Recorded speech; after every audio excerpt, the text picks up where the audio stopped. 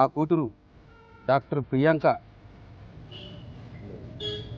Accident case విషయం గురించి దర్యాప్తు జరుగుతుంది. ఇన్వెస్టిగేషన్ ప్రాపర్గా వెళ్తుందా లేదా, ఏం జరుగుతుందని మళ్ళీ ఒకసారి వెరిఫై చేసుకోవడానికి వచ్చామండి. జరిగింది చాలా దారుణం, అమానుషం, చాలా దారుణంగా వాళ్ళు కారుతో మూడు సార్లు గుద్ది చంపినారు. కాబట్టి ఇంతటి ఘోరానికి పాల్పడినటువంటి ఆ ముద్దాయిలని ఖచ్చితంగా పెద్ద శిక్ష, మరణశిక్ష పడాలని మేము కోరుకుంటున్నాము. అయితే ఆ దిశగా దర్యాప్తు జరుగుతున్న ఈ సమయంలో ఏం జరుగుతుందో చూసుకుందామని వెరిఫై చేసుకోవడానికి వచ్చామండి. ఈ ప్రభుత్వాన్ని, పోలీస్ డిపార్ట్మెంట్ వాళ్ళని నేను చేతులెత్తి నమస్కరించి వేడుకునేది ఒకటే, ఎక్కడ కేసు నీరు గారకుండా, ఎవరి ప్రమేయము, ఎవరి ఇన్ఫ్లుయెన్స్ లేకుండా ఉన్నది ఉన్నట్టుగా ఖచ్చితంగా దీన్ని ట్రాన్స్పరెంట్గా ఇన్వెస్టిగేట్ చేసి దోషులకు కఠినమైన శిక్షలు పడాలని చెప్పి మేము కోరినాము. ఈ విషయమై మేము కొన్ని అనుమానాలు, ఎక్కడెక్కడ ఆధారాలు కలెక్ట్ చేయాల్సిన విషయాన్ని వాళ్ళ దృష్టికి తెస్తూ మా డిమాండ్స్ రాసిచ్చాము. ఇన్వెస్టిగేషన్ చేసి ఖచ్చితంగా దీనికి న్యాయం చేస్తామని చెప్పి వాళ్ళు కూడా మాట ఇచ్చారు. ఎక్కడ పొరపాటు లేకుండా, ఎవరి ఇన్ఫ్లుయెన్స్ లేకుండా, ఎక్కడ అన్యాయం జరగకుండా మా అమ్మాయికి న్యాయం చేస్తారని మేము కోరుకుంటున్నాం. పోలీస్ కస్టడీలో ఏం చెప్పారంటారు సార్? అది కేసు ఇప్పుడు దర్యాప్తులో ఉంది కాబట్టి ఆ విషయము ఇప్పుడే అదే ఇప్పుడు ఇన్వెస్టిగేషన్ ప్రాపర్గా జరుగుతుందని చెప్పారండి. ప్రాపర్గా జరుగుతుంది. సాటిస్ఫై అంటే సార్, ఇప్పుడు దీనికి సంబంధించి ఇంకా ఏదైనా డౌట్ ఉంటే, ప్రాపర్గా జరగకుంటే మేము మళ్ళీ వస్తామండి. ఇప్పటికైతే ఫర్దర్గా వాళ్ళు ఇన్ఫర్మేషన్ మాకు ఇస్తామని చెప్పేసి అన్నారు.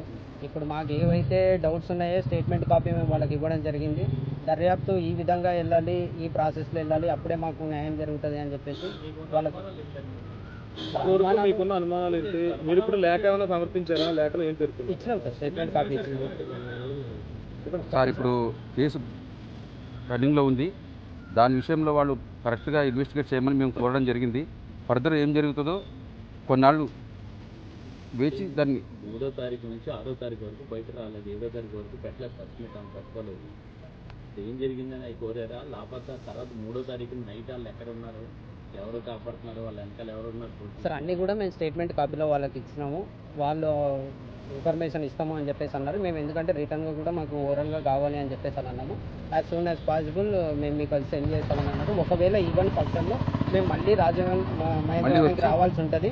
మేము మళ్ళీ ప్రెస్లో చెప్తాం. ఎందుకంటే ఇన్వెస్టిగేషన్ జరుగుతున్నప్పుడు మేము ఖచ్చితంగా వాళ్ళని 105 సెక్షన్ పెట్టింది సార్. ఎఫ్ఐఆర్ మేము తీసుకున్నాము, వాళ్ళు ఇచ్చిండ్రు. మేము ఇంకా డౌట్స్ రేజ్ చేయడం జరిగింది. సార్ కొంత టైం ఇస్తే మాకు మేము అది మీకు ఇచ్చేస్తామని చెప్పేసి అన్నారు. ఒకవేళ ఇవ్వని పక్షంలో మేము మళ్ళీ రాజమండ్రికి రావాల్సి వస్తుంది. ఎందుకంటే ఇన్వెస్టిగేషన్ జరుగుతున్నప్పుడు మేము వాళ్ళకు టైం ఇవ్వాలి కాబట్టి ఇస్తున్నాం పదే. మళ్ళీ ఇక్కడ ఏదైనా జాప్యం జరిగే పరిస్థితి వస్తే మాత్రం ఈసారి మరీ అంత సైలెంట్గా ఉండే పరిస్థితి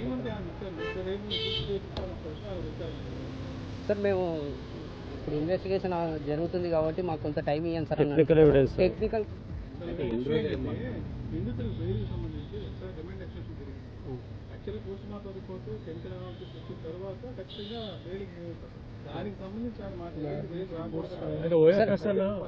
ఇంకా ఎఫ్ఎస్ఎల్ ఇంకా అది వచ్చిన తర్వాత మేము ఛార్జ్ షీట్ వేయాలి కదండి. ఇంకా టైం ఉంది, మేము పకడ్బందీగా మేము చేస్తున్నాము అని అంటే సరే వాళ్ళకు కూడా కొంత టైం ఇద్దాము అని చెప్పేసి. ఎందుకంటే నాకు కొంత దానిపైన ఉంది కాబట్టి నేను కూడా ఫైనల్ ఇయర్లో ఉన్నా. సో అది నేను పర్సనల్గా టేకప్ చేస్తున్నా. వాళ్ళకి కొంత సమయం ఇస్తున్నాము. ఇక్కడ ఎక్కడైనా జాప్యం జరిగితే మళ్ళీ మేము వచ్చి ప్రెస్ దగ్గర మీకు మీటింగ్ పెడతాం. రెండోది, మాల్ వాళ్ళు ఈ రోజు వరకు కూడా మాకు ఎటువంటి సానుభూతి అన్నది తెలియజేయలేదు. ఆన్ అండ్ ఆఫ్ వాళ్ళు ఖచ్చితంగా ఇన్సిడెంట్ జరిగినప్పుడు వాళ్ళ ప్రాంతంలోనే జరిగింది కాబట్టి కట్టసి కోసమైనా సరే కనీసం వాళ్ళు నివాళులు అర్పించాల్సిందే. వాళ్ళు దాన్ని కూడా విస్మరించి ఇది చేశారు. కాబట్టి మేము వాళ్ళపైన కూడా కంప్లైంట్ ఇవ్వడం జరిగింది. లైక్ ఆ కోణంలో కూడా ఆలోచించండి. ఎందుకంటే ఇన్సిడెంట్ జరిగింది, వాళ్ళ ప్రాంతంలోనే జరిగింది. అక్కడ వాళ్ళ సెక్యూరిటీ సిబ్బంది కూడా ఉంది. గేట్ వేయడం వల్లనే ఎక్కువ ప్రమాదం, గేట్ క్లోజ్ చేయడం వల్లనే స్కూటీ ఇచ్చినాం సార్. ఇప్పుడు అది కూడా ఇచ్చినాం మేము. అక్కడ వాళ్ళు చెక్ చేస్తాం సార్, ఆ కోణంలో కూడా చేస్తామని చెప్పేసి అన్నారు. వెరీ సూన్ మేము ఆ కోణంలో కూడా చూసి మీకు అప్డేట్ ఇస్తాం సార్. ఒకవేళ ఆ కోణంలో కూడా చేయకపోతే, ఎందుకంటే సార్ ఇప్పుడు మానవత్వం అనేది ఖచ్చితంగా ఉండాలి. ఇన్సిడెంట్ జరిగింది మాల్ దగ్గర, కనీసం ఈ రోజు వరకు వాళ్ళు నివాళులు అర్పించడం కానీ, లేదంటే ఫ్యామిలీకి ఫోన్ చేసి మాట్లాడడం కానీ, సార్ ఇది అన్ఫార్చునేట్ సార్ జరగడం చెప్పడం కానీ, ఏదో ఒక పరామర్శ ఉంటుంది కదా. మరీ ఇంత కామన్ సెన్స్ లేకుండా మాల్ వాళ్ళు ప్రవర్తించడం అన్నది కరెక్ట్ కాదు. మేము ఆ కోణంలో కూడా వెరిఫై చేయమని చెప్పేసి పోలీసు వాళ్ళకి చెప్పడం జరిగింది. అది కూడా మేము చేస్తాం sir. As soon as possible మీకు ఇన్ఫర్మేషన్ ఇస్తామని అన్నారు. ఇన్ఫర్మేషన్ రానికి వచ్చాము, మళ్ళీ 2-3 రోజులు మళ్ళీ మేము రాజమండ్రి వస్తాము.